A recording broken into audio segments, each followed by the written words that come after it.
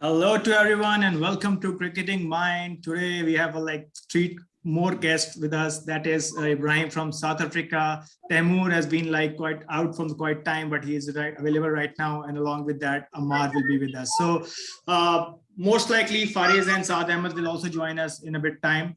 So agenda will be most likely that we will discuss the group stages as to 4 teams have also joined Group A and Group B respectively. That is Sri Lanka, Bangladesh, and surprisingly Namibia and Scotland.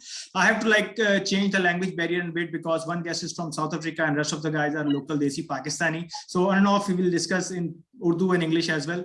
So starting with Taimur. Taimur, welcome back. आप काफी time बाद आए और अच्छा लग रहा world cup की discussion इंशाल्लाह साथ आपके चलती रहेंगी. तो कहाँ थे पहले व्यूअर्स को ये बताएं और कैसा जा रहा है. वालेकुम अस्सलाम कासिम.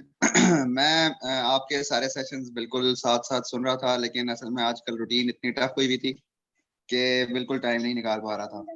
तो it is good to be back और इंशाल्लाह कोशिश करेंगे कि world cup T20 world cup में सारे सेशंस में इंशाल्लाह पार्टिसिपेट करें.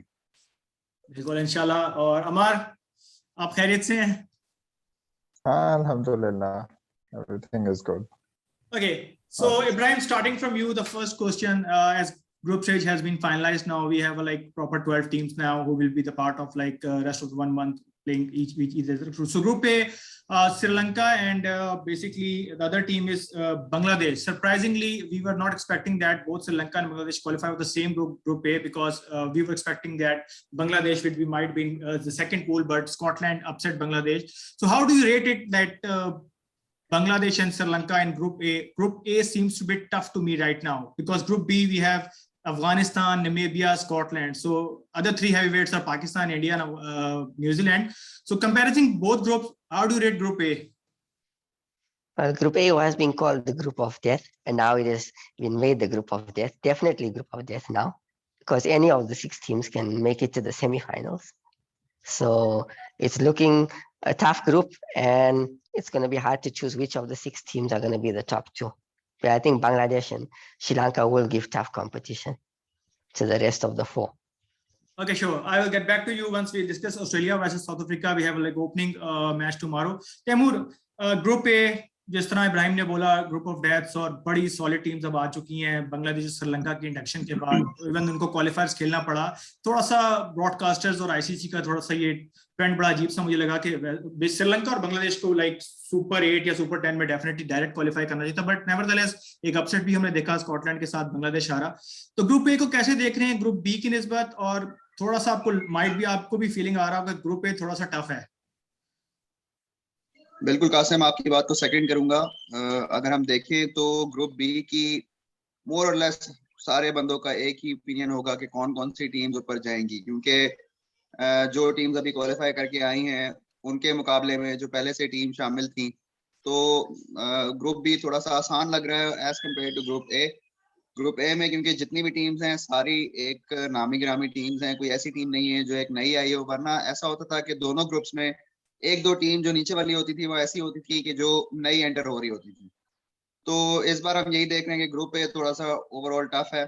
Although it is good for Pakistan के पाकिस्तान का जो ग्रुप है वो एक इजी ग्रुप माना जा रहा है, तो हमारे लिए तो बेहतर ही है. ठीक हो गया. अमर, आपकी तरफ आऊंगा. मीनवाइल कराची से फारिज ने ज्वाइन कर दिया. Fariz, you there? Yes, I am there. अस्सलाम वालेकुम, कैसे हैं आप? वालेकुम सलाम. अच्छा अमर, आपकी तरफ आऊंगा.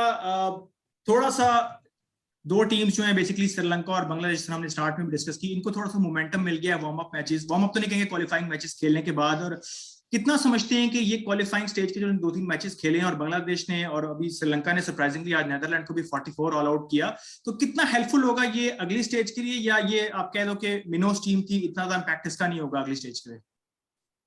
नहीं, श्रीलंका की टीम जो है ना वो बाउंस बैक कर रही है अब काफी अच्छे से. तो मेरे ख्याल में कि अब पिछला जो वर्ल्ड कप हुआ था 19 वाला, उसमें भी श्रीलंका से कुछ एक्सपेक्टेड नहीं था, बट उन्होंने परफॉर्म बहुत अच्छा किया था. तो श्रीलंका, मेरे ख्याल से इन दोनों टीम्स को बहुत फायदा होगा. आई बिलीव कि दोनों वो टीम्स विल डू समथिंग, बल्कि बहुत टफ टाइम्स देंगी बाकी टीम्स को. बिल्कुल ठीक है. फारिज, आपसे क्वेश्चन लूंगा, फिर वापस आता हूँ इब्राहिम की तरफ. फारिज, बात हो रही थी हमारी स्टार्ट पे आपकी ज्वाइनिंग से पहले, ग्रुप ए सभी मेंबर्स यही कह रहे हैं जितने भी एनालिस्ट बैठे हैं कि थोड़ा सा टफ है, ग्रुप ऑफ डेथ्स का नाम दे रहे हैं क्योंकि Australia, England, south Africa, West Indies अब 2 ज्वाइन कर लिया, बांग्लादेश और श्रीलंका ने भी, दोनों एशियन जायंट्स, और काफी अच्छा Bangladesh has been phenomenal from quite time now. तो ग्रुप ए को कैसे देख रहे हैं आप? भी इस तरह ही कहेंगे कि थोड़ा सा टफ हो गया ग्रुप ए, रीजन बीइंग के ग्रुप बी में नामीबिया है, स्कॉटलैंड है और साथ अफगानिस्तान है, तो पाकिस्तान और इंडिया को थोड़ा सा इजीनेस मिल जाएगा कीपिंग कंडीशंस इन माइंड? बिल्कुल बिल्कुल, कुछ लोग तो इसको ग्रुप ऑफ डेथ भी कह रहे थे, मतलब सार्काज्म के अंदर, क्योंकि कुछ टीम है, जैसे कुछ टीमें डेंजरस नजर आ रही हैं। आपने देखा होगा, अगर किसी ने अगर ग्रुप में फॉलो किया है थोड़ी सी बैटिंग डेविड विसे की, तो although Namibia is a weak team, लेकिन ये कि जिस तरह वो आते हैं, आपको पता है लाहौर कलंदर्स के टीम में भी जब वो थे, मोहम्मद आमिर को उन्होंने छक्के कराए थे, मुझे अभी तक याद है, कराची वाले मैच में, बिल्कुल। कराची में ही हुआ था वो मैच। तो उनकी वही वाली बैटिंग का स्टाइल जो है ना, आज मुझे नजर आया। और बाकी और टीम्स की अगर नजर डालें तो स्कॉटलैंड जो है मुझे काफी बैलेंस साइड नजर आ रही है।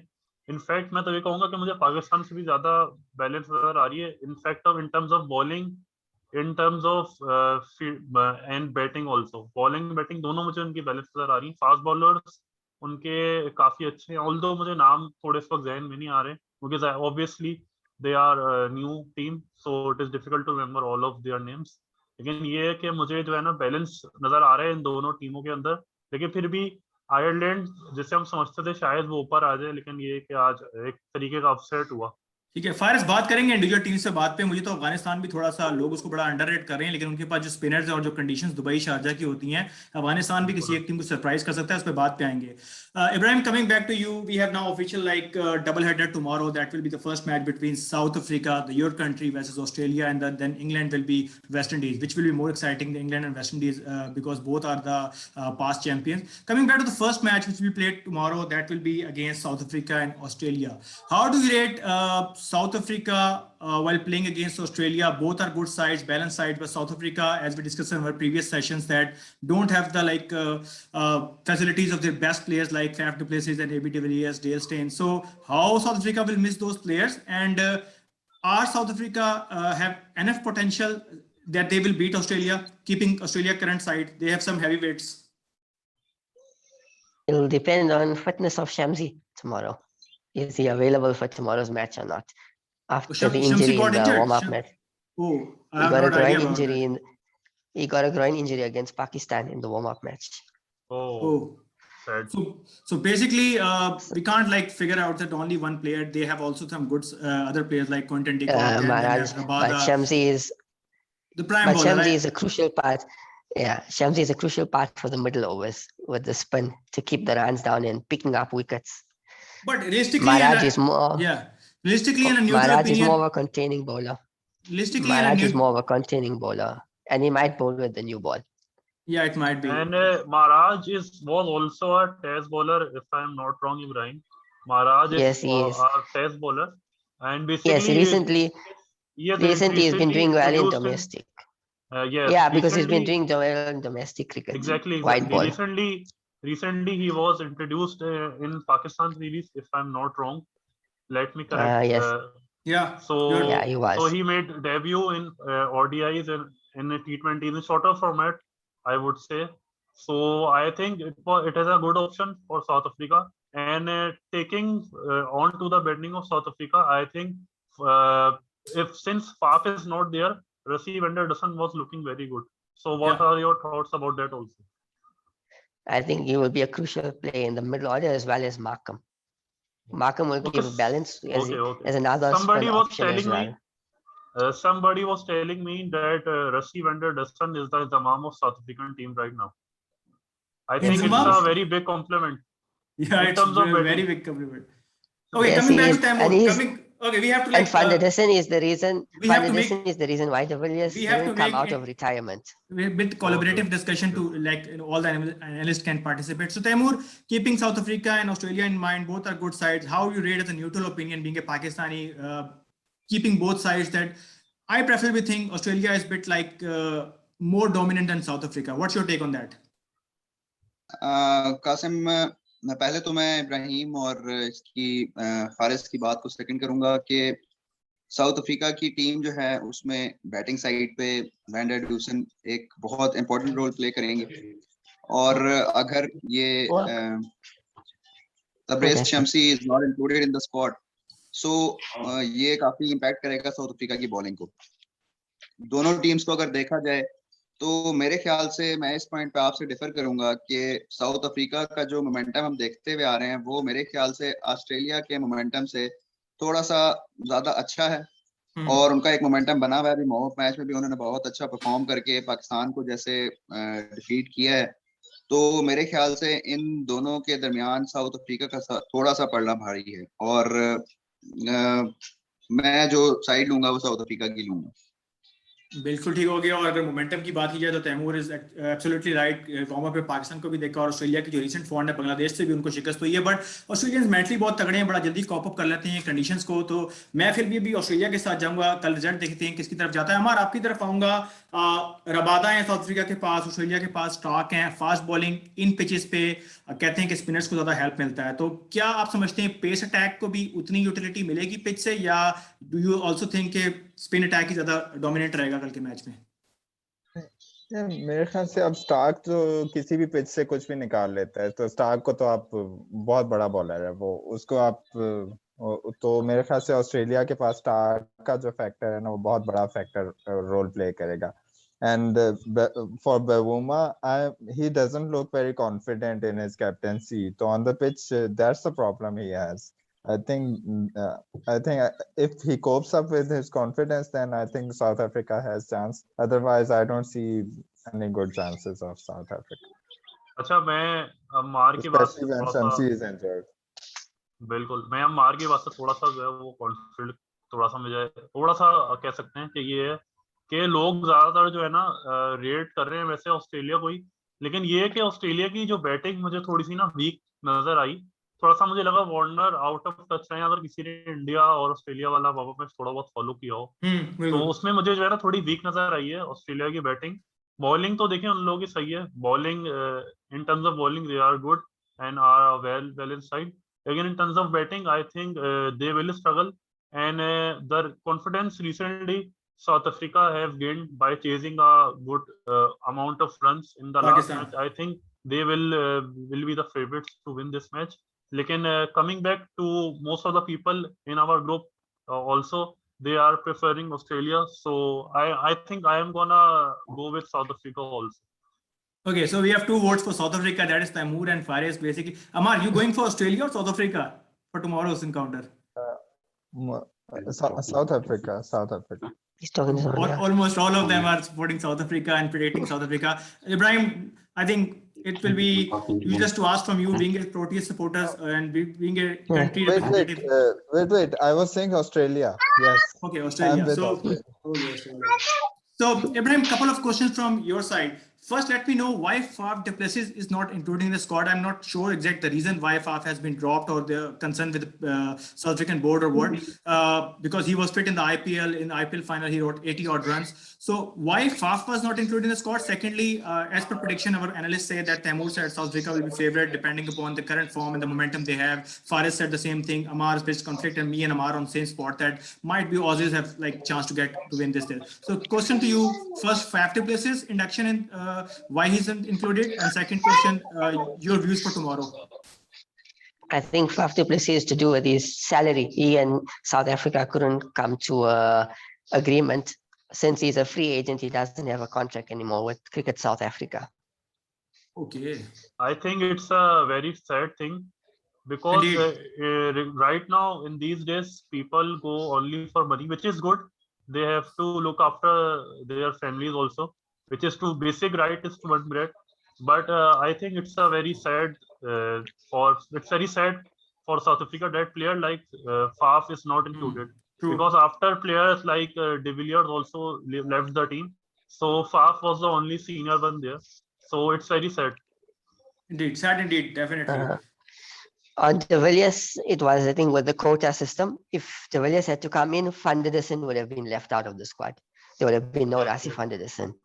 Qasim, I recently, and Ibrahim, I will address you both. I recently gone through the social media, and there was a post regarding the IPL win in which Lungi Nigiri was tagged, and right after that reply, I saw that Daleston also tagged Faf du Plessis and tagged Cricket South Africa. I review that. And tagged Cricket of South Africa. That where is Faf?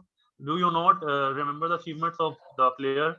So it was very surprising for me that Cricket South Africa, although they are in a bit of matter regarding the salaries, but it was very surprising for me to see that there a player like Faf was left out from the spot, and all other many cricket pundits also. Okay, so coming back to the second header, because depending on the time, I'm not sure whether we will be available tomorrow or not. So let's get the momentum and get the grasp some of time of it. So Taimur, आपकी तरफ आऊंगा. England versus West Indies, two heavyweights. England 50 overs का champion है, West Indies T20 का defending champion है. पाकिस्तान से warm up में इतना कोई खाते खा परफॉर्मेंस नहीं दिखा पाया वेस्ट इंडीज, लेकिन दोनों बड़ी बैलेंस साइड्स हैं, दोनों बड़ी अच्छी साइड्स हैं. लेकिन वेस्ट इंडीज के बारे में ज्यादातर लोग जिनसे भी बात होती है, फारिस के शो में भी बात कर रहा था, ज्यादा हिटर ही है और ज्यादा आसरा नहीं लेते, आके स्टार्ट कर देते हैं बस हिटिंग करना. Is it a vice approach के, या 20 ओवर्स को भी आपको स्ट्रेटेजिकली बड़ा टाइम लेके खेलना पड़ता है, ओवर्स को स्पैन में डिवाइड करना होता है कि इस ओवर तक ये करना है, उसके बाद ये करना है. वेस्ट इंडीज के सारे प्लेयर्स बड़े अच्छे हैं, नंबर 10-11 तक उनकी बैटिंग है. इंग्लैंड करंट इस टाइम 50 ओवर्स का चैंपियन जिस तरह मैंने कहा, और वेस्ट इंडीज डिफेंडिंग चैंपियन है. इस मुकाबले को किस तरह देख रहे हैं और किसको रेट कर रहे हैं इस टाइम ज्यादा? अच्छा कासिम, T20 में भी अभी जो T20 का मोमेंटम बन चुका है उसमें मैं यही कहूंगा कि ये भी बिल्कुल जैसे 50 ओवर्स की गेम को आप पूरा प्लान करके चलते हैं, तो T20 की भी प्रॉपर आपको स्ट्रेटजी चाहिए. एक स्ट्रेटजी के साथ खेलना पड़ता है. इस तरह नहीं होता कि आप आके और हिटिंग शुरू कर दें, तो ये अप्रोच अब नल एंड वॉइड हो चुकी है. प्रॉपर स्ट्रेटजी रिक्वायर्ड है T20 के लिए भी. दूसरा, अगर आप देखें थोड़ा सा वार्म अप मैच जो कि बांग्लादेश और ओमान का था, उसमें due to lack of experience Oman side की, हम देख रहे थे कि बड़ा एक वन साइडेड मैच जा रहा है. ओमान वाले थोड़े से लैक एक्सपीरियंस होने की वजह से थोड़ा सा वो पैनिक कर गए और एक साथ उन्होंने सारी विकेटें अपनी गंवा दी. तो यही होता है, T20 में भी आपको स्ट्रेटजी की बहुत जरूरत है. अच्छा, विकेटें भी गंवाई तैमूर, विकेटें भी गिराई और कैचेस भी बहुत छोड़े. जिस तरह हमने देखा कि बांग्लादेश वाले मैच में उन्होंने 3 कैचेस गिराए. एक का आई थिंक शाकिब का था, और दूसरा उनके दूसरे प्लेयर, तो मुझे उनका नाम याद नहीं आ रहा, लेफ्टी थे वो भी, तो उनका भी गिराया है. तो कैचेस में भी काफी वो लोग ना मुझे नजर आए, क्योंकि पाकिस्तान, इंडिया और श्रीलंका के मिक्स कुछ प्लेयर्स उनकी टीम में है. तो इंग्लैंड वाली स्ट्रेटेजी को अपनाई हुई उन्होंने, एक प्लेयर उधर से लिया, एक प्लेयर उधर से लिया, एक प्लेयर उधर से लिया. और जिस तरह यूएसए इनफैक्ट चल रहा है, यूएसए भी इसी तरह कर रहा है कि सारे रिटायर्ड प्लेयर उठा रहे हैं और अपनी टीम बना रहे हैं. तो ये चीज मुझे एक नजर आई, वरना प्रॉमिसिंग तो नजर आ रहे थे वो लोग काफी. बिल्कुल ऐसे ही. मैं बेसिकली पर्सनली मैं ओमान की साइड पे था, क्योंकि एक नई टीम थी और बड़ा अच्छा उनको स्टार्ट मिला था, बड़ी अच्छी अपॉर्चुनिटी थी. लेकिन अनफॉर्चुनेटली जैसा कि आपने कहा कि कैचेस के बारे में, तो एक चीज मशहूर है कि कैचेस विन मैचेस. तो वो जो भी टीम इस तरह कैचेस ड्रॉप करेगी तो उसको उसका नुकसान उठाना पड़ेगा. Coming back to the discussion Qasim, मैं बात कर रहा था इंग्लैंड और वेस्ट इंडीज की. तो देखा जाए तो जैसा आपने कहा कि दोनों बहुत बैलेंस टीम्स हैं और बहुत अच्छा परफॉर्म कर रही हैं. ऑल्दो वेस्ट इंडीज का एक वार्म अप मैच अच्छा नहीं गया, लेकिन कुछ ऐसे प्लेयर्स हैं वेस्ट इंडीज की साइड में जो कि पिछले वर्ल्ड कप में थे और बहुत अच्छा परफॉर्म करते थे, बड़ा बैकअप था एक टीम के पास, तो वो अब शामिल नहीं होंगे. तो मेरे हिसाब से थोड़ा सा मैं I will side towards England, कि इंग्लैंड थोड़ी सी फेवरेट है मेरे हिसाब से इस मैच के लिए.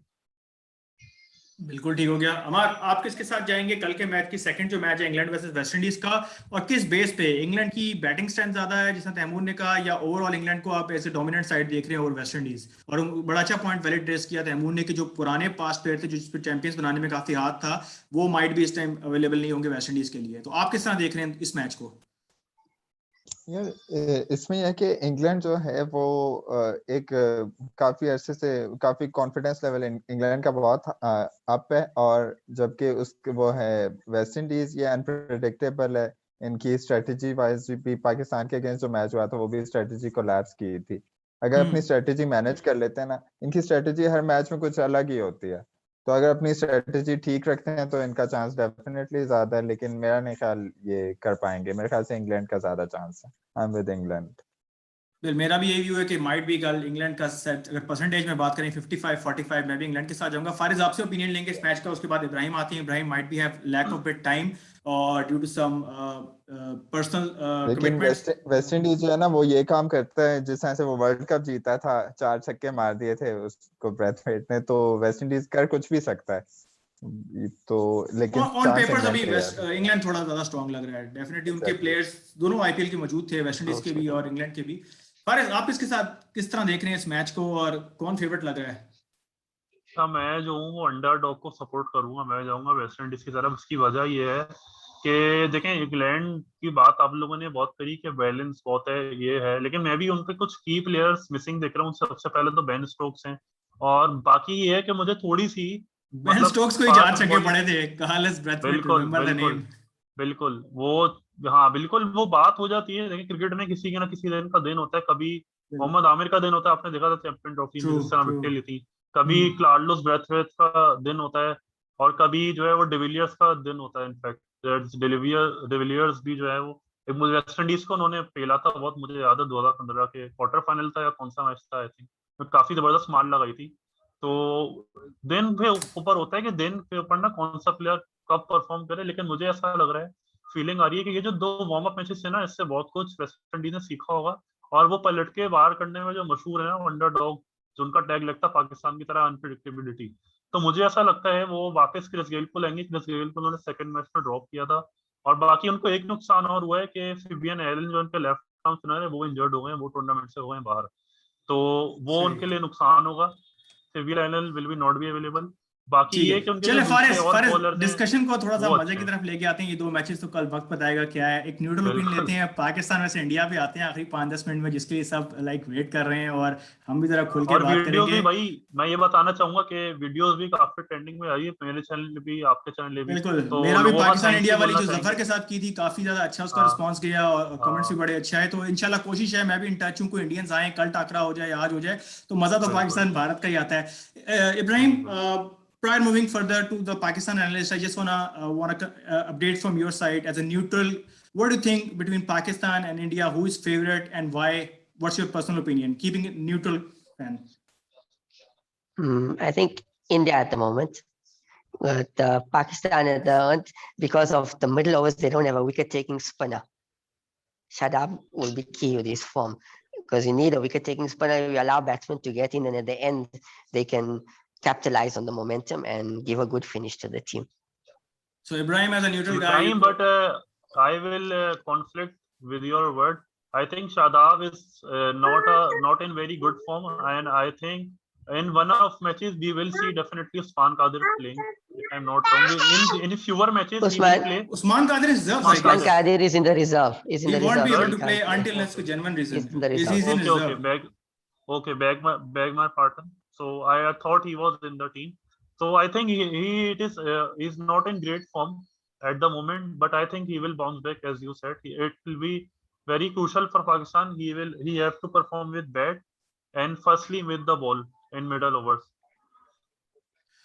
So viewers, Ibrahim has clearly, as a neutral guy, mentioned that India is a bit favored prior Pakistan and India big encounter on 24th October. Now coming back to our locals, that is Taimur, Amar and Faris.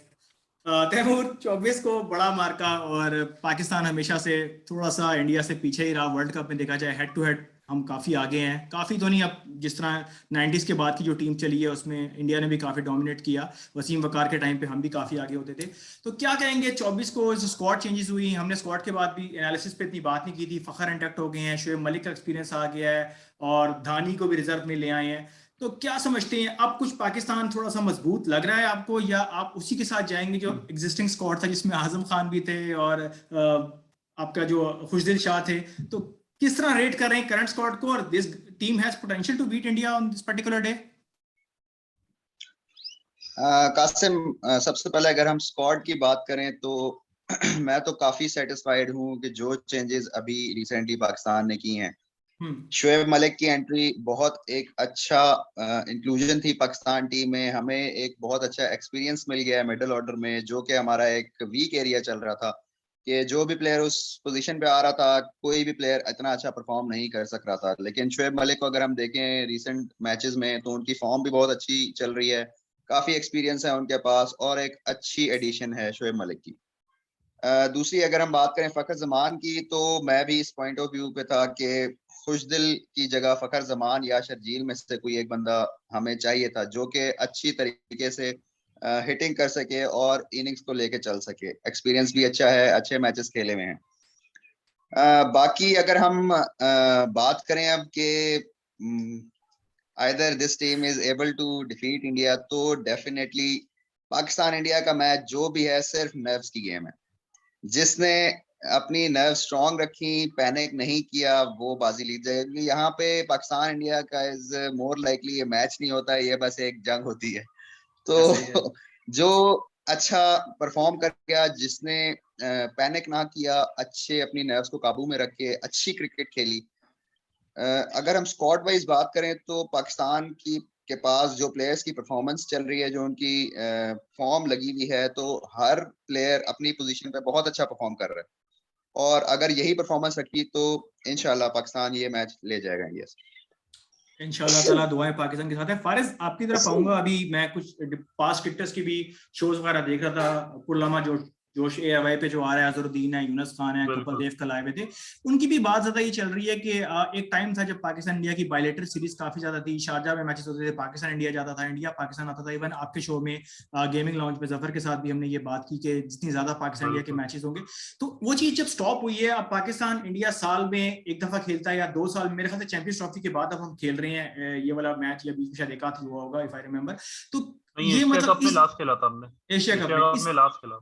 तो कितना ये tension है दोनों team की आवाम के लिए भी कि एक तो मौके देखने को नहीं मिल रहे, फिर जब भी ये मैच होगा दोनों फैंस चाहेंगे दोनों ममालिक के कि ये मैच हम जीते। तैमूर वाली बात की एक टेंशन का एलिमेंट क्रिएट हो जाता है, और जितनी नर्व्स पे आप काबू करोगे उतना आपके लिए मैच इजी हो जाएगा। और पाकिस्तान यहाँ देखते हैं इतना सस्टेन नहीं कर पाता और इंडिया हम पे बाजी लेके जाता है। वर्ल्ड कप में स्पेसिफिकली ये, चाहे 50 ओवर्स देख लें उनका रिकॉर्ड बड़ा अच्छा है, और चाहे T20 देख लें।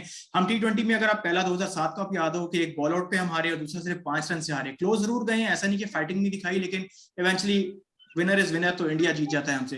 तो कितना इस चीज का इंपैक्ट होता है साइकोलॉजिकली कि आप 2-2 साल बाद अगर एक टीम से खेलते हो तो वो मस्ट विन गेम होती है, प्लेयर्स की बड़ी एक्सपेक्टेशंस होती हैं। बाबर आजम सब चाह रहे हैं कि इंडिया के साथ परफॉर्म करे, वहां से शाहीन से चाह रहे हैं, सेम विद इंडिया की साइड से ऐसा होगा। तो ये जो गैप आता है बीच में, पॉलिटिकल रीजन कह लें, कितना इसका इंपैक्ट होता है? अगर मैचेस होते रहे तो इतना लोग शायद नहीं करते कि चलो बायलैटरल है, 3 वो जीते 2 हम जीत गए, या दोबारा वर्ल्ड कप में 1 उन्होंने जीता, चैंपियंस ट्रॉफी हमने मार ली। इस तरह के केस में जब 2-2 साल बाद टीमें खेल रही हो तो फिर तो तैमूर वाली बात की जंग ही होगी और यही कोशिश होगी कि हमारी टीम जीते। What's your views on that?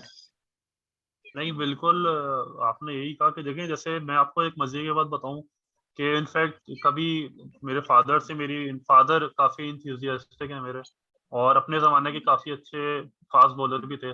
तो मौका मिला तो मैं आप लोगों से कुछ वीडियोस या कुछ इमेजेस शेयर करूंगा फ्री टाइम में बॉलिंग कराते हुए। तो बाकी ये क्रिकेट का उन्हें भी शौक है, तो बाकी ये कि उनसे भी बात हो रही थी तो वो भी कह रहे थे कि भाई जो 90s की टीम हुआ करती थी ना पाकिस्तान की, ऐसी बात नहीं कि पाकिस्तान हमेशा से हारते नजर आ रहा है, हमें डिफरेंट ये ट्रोल नजर आ रहे हैं मौका और in fact all of that stuff.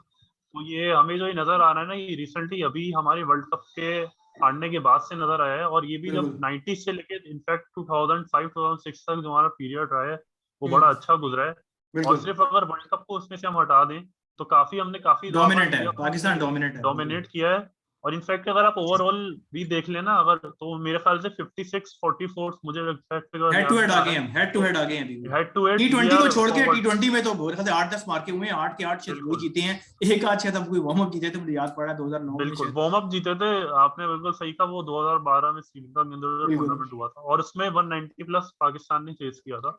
तो ये है कि देखें, वर्ल्ड कप के अगर मुकाबलों को निकाल दें तो हम लोग बहुत आगे हैं। लेकिन यही है कि असल चीज जो है ना, वर्ल्ड कप ही याद रखी जाती है, लोग भूल जाते हैं पुरानी बातें। जैसे चैंपियन ट्रॉफी को आज तक लोग याद रखते हैं, तो यही बात है कि जो बिगर स्टेज परफॉर्मेंस होती है ना वो याद रखती है, सीरीज को, ट्राई सीरीज को, इस तरह की परफॉर्मेंस को कोई नहीं याद रखता। तो यही सीन है कि जो है हमें जो है वो परफॉर्मेंस को याद रखना पड़ेगा प्लेयर्स की, कि भाई प्लेयर्स ऑन द डे कैसे परफॉर्मेंस देते हैं। प्लेयर्स ऑन द डे जो नर्व्स पे काबू पा लेगा वही जीतेगा, क्योंकि देखें ये जंग तो है नहीं ना, किसी का आपको सर कलम करना है ना, गेम है, बिल्कुल बिल्कुल गेम है। तो इनफैक्ट मैं देख रहा था उसी पे कपिल देव जो आप बात कर रहे हैं उसी पे शो पे ही देख रहा था मैं कि कपिल देव भी बोल रहे थे कि यार हम तो एंड में जाके सुनील गावस्कर वगैरह सब बैठे हुए थे, तो कहते हैं इन दी एंड जाके हम लोग सब इस तरह से ही मैच के बाद इसी तरह क्लोज होते थे जैसे कोई आम दोस्त मिल रहे हैं। तो ये कि जब जो है लड़ाई आपकी होती है परफॉर्मेंस से, तो इट्स बेटर क्या परफॉर्मेंस पे ज्यादा ध्यान दे इनफैक्ट ऑफ मेकिंग स्टेटमेंट। से लास्ट टाइम हमने सुना था हसन अली ने बोला था 10 छक्के ले लूंगा मैं एक इनिंग में और पता नहीं क्या ऑल ऑफ दैट स्टफ। तो ये है कि प्लेयर्स को अपनी अपनी जबान पे और अपनी नर्व पे दोनों चीजों पे काबू पाना होगा। बाकी जो तैमूर ने बात करी कि स्क्वाड तो बहुत बैलेंस नजर आ रहा है, शोएब मलिक वापस आए हैं, हफीज वापस आए हैं, इनकी वजह से एक्सपीरियंस तो आ गया है। क्योंकि जिस तरह पहले आया था स्क्वाड, मेरे इनफैक्ट मेरे शो पे बात कर रहे थे हम लोग कि आजम खान को इंडक्ट कर लिया, फौजिल शाह को इंडक्ट कर लिया है, तो वो बहुत जो है ना वीक नजर आ रहा था स्क्वाड। और मतलब एक समझ लें आप अजीब सा स्क्वाड को दिखाई दे रहा था जो तश्कील बिल्कुल। दिया गया था। तो अभी ये है कि काफी बैलेंस स्क्वाड नजर आ रहा है, लेकिन ये है कि देखते हैं कि क्या रहता है। मुझे जो उम्मीद है सबसे ज्यादा वो मुझे 2 प्लेयर से उम्मीद है। एक फखर जमान से उम्मीद है जिसको लोग हाईली रेट कर रहे हैं कि वो शायद अच्छा नॉक खेल दें। Match Rizwan winner. थोड़ा सा आउट ऑफ टच नजर आ रहे हैं रिजवान थोड़ा सा, अगर आपने नोट किया हो कुछ इनिंग से। तो एक तो मुझे फखर जमान से है, दूसरी मुझे बाबर आजम है, और तीसरे नंबर पे मैं रेट करूं मोहम्मद हफीज या शोएब मलिक में से, क्योंकि इन दोनों का रिकॉर्ड इंडिया के खिलाफ हमेशा अच्छा रहा है। तो बाकी वो ठीक हो देखेंगे गया। परफॉर्मेंस कैसी रहती है उस दिन। इंशाल्लाह स्क्वाड जितना मर्जी बैलेंस हो, इंडिया का दिल से तो यही दुआ है कि पाकिस्तान इंशाल्लाह अच्छा परफॉर्म करे। और लाइक जितनी भी बड़ी स्ट्रॉन्ग टीम हो, हम बीइंग पाकिस्तानी तो ये चाहते हैं। अमार थोड़ा सा न्यूट्रल हमेशा ओपिनियन देते हैं और बड़ा वैलिड उनका आर्गुमेंट होता है, डिस्पाइट के पैट्रियटिज्म वाला फैक्टर थोड़ा साइड पे रखें। अमार, पाकिस्तान इंडिया में बजाय ऑन पेपर्स क्या लग रहा है? और आपके जरूर फीडबैक चाहूंगा, क्योंकि पास में मैंने देखा जो आपके साथ डिस्कशन हुए, आपका बड़ा न्यूट्रल सा व्यू होता है, एक पैट्रियटिज्म को साइड पे रखे। तो क्या कहते हैं पाकिस्तान इंडिया को देखते हुए? ये डिपेंड करता है। इंडिया के पास बैटिंग लाइनअप जो है ना, इंडिया की थोड़ी सी स्ट्रांग नजर आ रही है, और बॉलिंग भी इंडिया की ही स्ट्रांग नजर आ रही है इसमें। बाकी अगर देखा जाए पाकिस्तान के जो जो प्लेयर्स अच्छा खेलते हैं फास्ट बॉलर्स को, उनमें बाबर आजम के अलावा आसिफ अली और शोएब मलिक को ही आप कह सकते हो अगर इस वक्त जो स्क्वाड है। बल्कि आसिफ अली वो प्लेयर जो हर तरह के बॉलर को हिटिंग जरूर कर सकता है। तो उस लिहाज से अगर देखा जाए तो बाबर आजम को अगर इंडिया ने टारगेट कर लिया ना, तो पाकिस्तान के लिए मसले तो पाकिस्तान को लैप्स कर सकता है। अदरवाइज बस एक टफ बैटल नजर आ रही है मुझे। तो 50-50 मैं तो इस पे जा रहा हूँ एग्जैक्टली कि वही बहुत टफ सीन है। है अम्मार, वही सीन है कि कोई एक प्लेयर अगर चल गया ना, जैसे फखर जमान अगर चल जाए तो कोई रोक नहीं सकता। तो वही वाली आपकी बात है कि अगर उनको किसी ने एक भी प्लेयर को जो ऊपर से इनिंग बिल्ड करने वाले प्लेयर है ना, अगर वो आउट कर लिया तो फिर फंस जाएगा पाकिस्तान। में पता है कि तू चल मैं वाली कहानी होती है, एक लाइन लग जाती है। तो एग्जैक्टली ये है कि उस पर लेकिन काबू पाना होगा। फखर की भी थोड़ी सी लिमिटेशंस हैं, लेकिन बाबर आजम बिल्कुल वो है जिसके अंदर इतनी लिमिटेशंस नहीं है, जिसकी वजह से वो हर तरह बिल्कुल की पिच पे अच्छा खेल सकता है। चलिए, इस सारे लेकिन वजह ये से है कंक्लूडिंग रिमार्क्स करूंगा, सारे एनालिस्ट एक फाइनल बिल्कुल करूंगा। बिल्कुल पाकिस्तान इंडिया के मैच पे एक टॉस वाली बात करूंगा, और दूसरा कहूंगा कि आपको कौन लग रहा है। एज अ न्यूट्रल ओपिनियन दें या अपने दिल से दें, जो भी है। Starting from Ibrahim. Ibrahim, toss, Pakistan should bat first if in the toss, or should ball first, or you already told that India is favorite. Regarding toss, what should Pakistan do if Pakistan win the toss? I think Pakistan should bat first. Pakistan, Amar. I think it depends on the wicket. I don't know if it's a bowling wicket, they should ball first. I think wickets तो slow होंगे, और Pakistan chaser भी कोई इतना अच्छा नहीं। तैमूर, आपकी तरफ आऊंगा, माइट भी थोड़ा सा आप इसको डीप एनालिसिस पाकिस्तान को definitely Pakistan must go with bat first, क्योंकि एक बड़ा मैच है, चेज में बहुत मुश्किल होगी। बिल्कुल ठीक है। दूसरी तरफ कोहली भी तो है जिसको किससे नहीं होता चेज। फिर अब आमिर नहीं है ना, कोहली तो है लेकिन अब आमिर वाला कोई प्लेयर नजर ऐसी नहीं आ बात रहा नहीं है, आमिर अभी की फारिस तरह। शाहीन भी है हमारे पास, हारिस रऊफ के आप थोड़ा बिल्कुल अगेंस्ट है, लेकिन पता नहीं वो खेलते भी है कि नहीं। बिल्कुल यार, वसीम जूनियर हारिस के रऊफ साथ मैं के जाऊंगा, वैसे यहाँ पे काउंटर डिबेट बड़ी बिल्कुल चल रही है। हारिस, तो मैं चाहता हूँ वसीम जूनियर इंडिया के साथ खेले, तो यंग ब्लड है, हाँ दूसरा इंडिया के साथ मौका मिलता है कि अपने आप को प्रूव करने का, थोड़ा हीरो एरिक फॉर्म का। तो बिल्कुल धानी अगर होते तो मैं तो धानी को भी कहता, लेकिन वो रिजर्व में। लेकिन वसीम जूनियर बैटिंग में भी थोड़ा सा काफी शापे मार लेते हैं, इसलिए मुझे हारिस रऊफ से मैं ज्यादा रेट करूंगा। माइट भी हारिस आप रऊफ लोग। से देखें कासिम, थोड़ा सा इंटरप्ट करूंगा मैं। हारिस रऊफ से किसी को पर्सनल ग्रीफ नहीं है, लेकिन जो उनकी बॉलिंग है ना, वो मुझे बिल्कुल सॉरी टू से बिल्कुल क्लूअर सा आते हैं जब वो बॉलिंग कर रहे होते हैं। मुझे लगता है थोड़ा सा उन्हें ड्राइंग बोर्ड पे आने की जरूरत है, थोड़ा सा ना, या तो उन्हें कोई समझाए।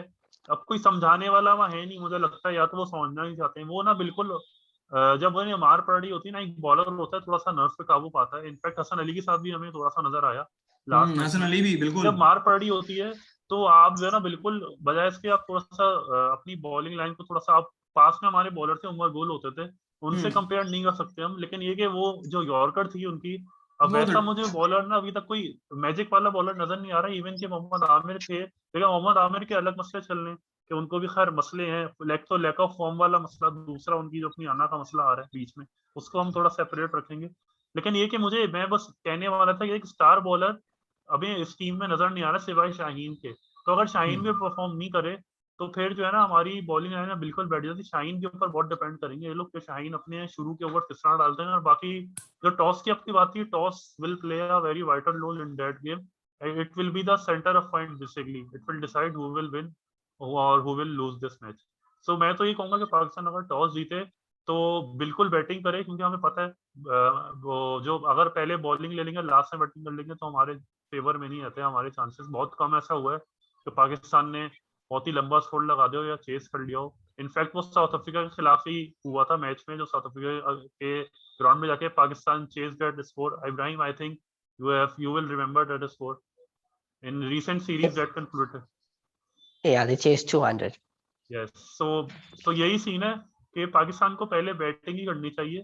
तो मैं तो यही कहूंगा कि ठीक हो गया। तैमूर फाइनल क्वेश्चन आपसे लूंगा, फिर वाइंड अप करेंगे, running out of time. Basically जो लास्ट हमने वार्म अप मैच देखा साउथ अफ्रीका के साथ, 3 ओवर्स में पाकिस्तान पेसर्स को 50 रन पड़े। इसमें हारिस रऊफ थे, हसन अली थे और शाहीन का ओवर थोड़ा बेहतर था, सिर्फ 10 रन पड़े। Will it be basically it's an eye opener for Pakistan, या वार्म अप ही समझें, इतना कोई जो मैचेस स्टार्ट होंगे उसमें इंपैक्ट नहीं होगा इस पर? किस तरह लेते हैं, या it can be an eye opener? देखें, दोनों चीजें होती हैं। वार्म अप मैचेस जो होते हैं उसमें एक तरह से जितनी आपकी जो चीजें खराब जाती हैं वो एक तरह से आई ओपनर भी होती हैं। सेकेंडली, जो प्लेयर्स का टेम्परामेंट होता है वो वार्म अप मैच में जितनी मर्जी कोशिश कर लें, वो एक वार्म अप मैच को as a warm up match ही थोड़ा सा इजी लेके चल रहे होते हैं, इतनी जान नहीं मार रहे होते। तो इंशाल्लाह इन द अपकमिंग मैचेस इस तरह का कोई हमें सीन नहीं नजर आएगा और हर प्लेयर जो है वो अपनी पूरी एफर्ट करता दिखाई देगा। चलें इसी दुआ के साथ कि कल के 2 मैचेस तो रिजल्ट देखेंगे क्या आता है। पाकिस्तान का 24 को है, इंशाल्लाह कोशिश करेंगे कि सेशन छोटा सा एक हो जाए और एनालिस्ट के अपनी अपनी प्रेडिक्शन कहें। टिल देन टेक केयर, अपना बहुत ज़्यादा ख्याल रखिएगा। Ibrahim, thanks for joining from south Africa. Wish you best of luck for the tomorrow's encounter, even though I think Australia will Thank win, you. But Taimur and Faris thinks that South Africa will win. So let's see how it goes. Till then, take care. Allah Hafiz. हाँ। Salam alaikum.